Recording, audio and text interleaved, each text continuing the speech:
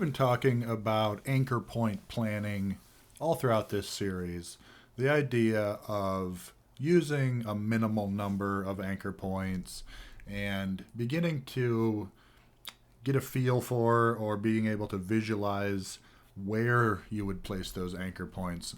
And particularly when you're tracing something, whether it's a simple shape, a letter that you're tracing, or more realistically, it's probably something that you've sketched either, digitally or by hand, and you're using that as an underlying template for something that then you're interpreting as a vector illustration. But this idea of curve inflection points, really goes along with that.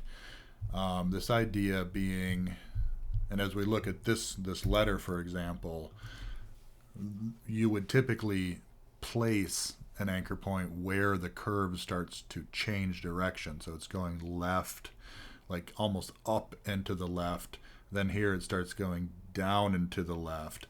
Now, you might have to put one at the first inflection point that you see, but very often you can go further to like the next inflection point that you see. You're not going to probably be able to go too far along before you need to put an anchor point if there's too many changes in direction. But the idea is go as far as you can. And then here, it was going down and to the left. Now it's going down and to the right. And then obviously there's an abrupt change in direction here. So there's going to clearly need to be an anchor point there. So when you can begin to sort of train your eye to see that where they need to go, that's a really good thing. And then, the more anchor points you have, the more lumpy and awkward your paths are going to be. So fewer means smoother, more elegant, easier to edit. There's lots of reasons that you'd want to go smoother. So here I have the exact same shape 3 times. This one, way too many anchor points. This one, 4 is great.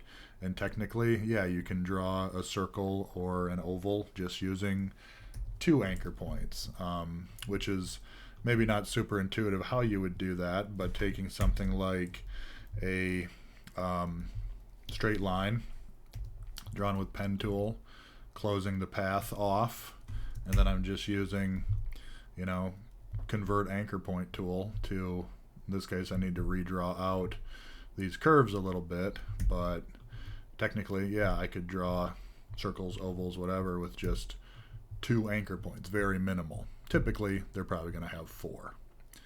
But another example, the letter C. If I put one every single spot that the curve starts to change direction, there's a lot of inflection points. And as I said, usually you're going to be able to go 1 or 2, maybe even 3 or more beyond. So try to go as far as you can. You can always undo and back up to whatever inflection point is actually going to allow you to make the span. And so this one having, maybe I needed one there, maybe I could have went all the way to here, that's the idea. But being able to visualize where these inflection points are is hugely important for being able to draw in a way that's efficient. And so you could take a shape and then, just try to draw it. And if it's something that's already a vector and you can go in and then sort of check your answer by seeing, did I use way too many or was I sort of efficient about it? That can be a great sort of self-check. And you can do that with letters. You can trace them, but then you can outline them too. And so I'm just going to pick a different letter form here. Let me make this a little bit bigger. And then I'll change the font. I guess I wouldn't even really need to change the font, but I'll just change it to whatever. And then say I went along and traced this, and then I see how many anchor points I used. Then I could take the original letter, go to type, create outlines, and then look at it in outline view, which I'm just using Control Y to see that. And then, it's going to show me. And I guess I wouldn't even need to go into outline view. I could just click on it and see where the anchor points are. especially if I don't have a stroke and fill on it, it's going to be pretty easy. But another way to sort of self-check, like, are you being efficient? So hopefully useful tips there. And if you're following along with this interactive worksheet, then, here's one to try to draw and check.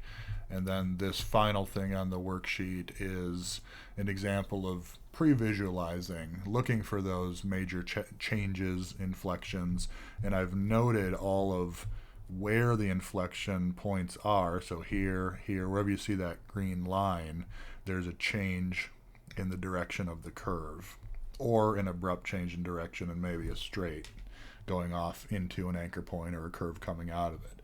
But trying to trace something like this and seeing how far can I go? Did I need to put an anchor point here, or could I have put one here and then gone all the way to here or here? Will be good practice. And then from there, if you have made it through this series and you're doing well with everything, then you are doing wonderfully with foundational things for pen tool.